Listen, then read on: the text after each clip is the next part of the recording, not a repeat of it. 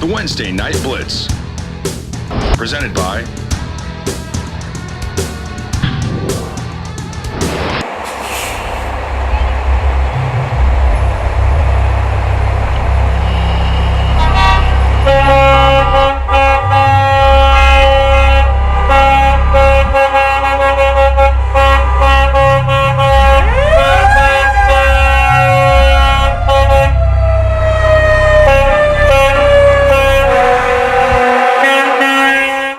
exciting seeing the signs when we drove into town, and all of us were cheering in the bus. It's our town, it's our school, and as former Yellowjackets, you know, you got to do it. It's all for the boys. It's a small town, it's a big spirit, and it will mean a lot to us to bring home the blue again. Fun and exciting, but yet a little bit tense because, you know, it's a big game. Central's got a good team, and we have a good team. We're undefeated, and we're just here hoping for the best either way, and that everybody plays well and has good sportsmanship at the end. We're behind our boys that fall. We want them to do it all, and we're behind them 100%.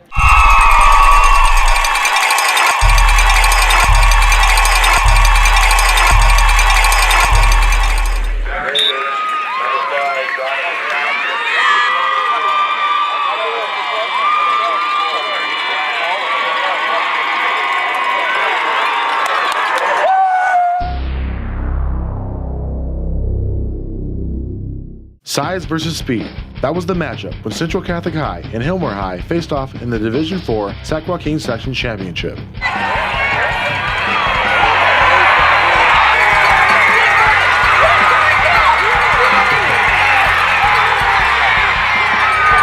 The Yellowjackets were on the hunt for their 7th section title. The Raiders were searching for their 17th. Both teams wanted to win, but nerves and a bit of intimidation afflicted Hilmar in the first half, leading to mistakes and putting victory further from reach.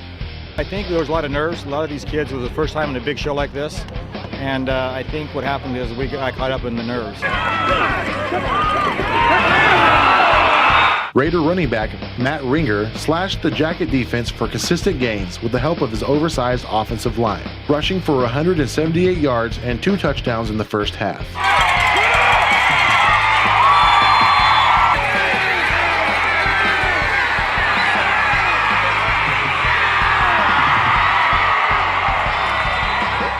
We were just kind of told to fill in the holes that they were breaking into. We started changing up our defense a little bit and keying in on one of their players. So, I mean, we were trying to do the best we could on defense. The biggest offensive line we faced all year. They got really great size. They're athletic, and just all around a good offensive line, and it was a struggle for us. It was a tough game. While the Raiders scored 24 unanswered points, Hilmar's offense struggled as its passer, rushers, and receivers were harassed, hit hard, and blanketed. Got to give credit where it's due. Their secondary sugared a lot, cut off a lot of routes that coach would call or I'd call, and so it was just a all-around pretty good game. A Devin Medeiros 38-yard field goal put Hilmar on the board in the final seconds of the second half, but the Jackets knew that they needed more to compete with the Raiders. Hilmar's defense turned it around in the second half, shutting down Ringer and company and allowing less than 100 total second half yards. We knew it wasn't over. We came out, we played our hearts out. If we would have played like we did the second half, I think it would have been a lot closer. We were making calls, and they figured out our calls, so we had to make adjustments. And once we make adjustments, then we started playing a lot better. But, you know, I'm not going to put it down to size or anything like that. I mean, we just came out not as good as we could. And I think if we had played like we did the second half, it would have been a much different outcome. Hilmar's offense also gained momentum as quarterback Jonathan O'Brien began connecting with the likes of Tyler Robinson and Bailey Gomes.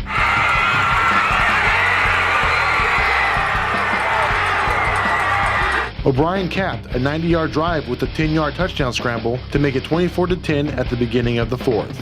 I started to think, you know what, we can do this. We can. We had it in us all along, and we started to click. Jono started getting time in the pocket, started finding gaps in the defense, and we started making plays. Hilmar nearly found pay dirt again on his next drive, but with 4 tries inside Central Catholic's 5-yard line, the Jackets failed to capitalize.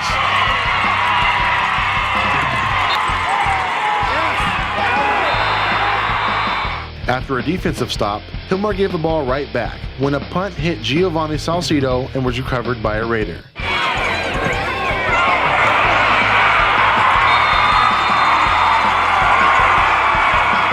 Hilmar seemingly made up for its mistake when Britton Smith recovered a ringer fumble, but the tide again shifted when Trent Orozco fumbled and lost the ball, effectively ending the game.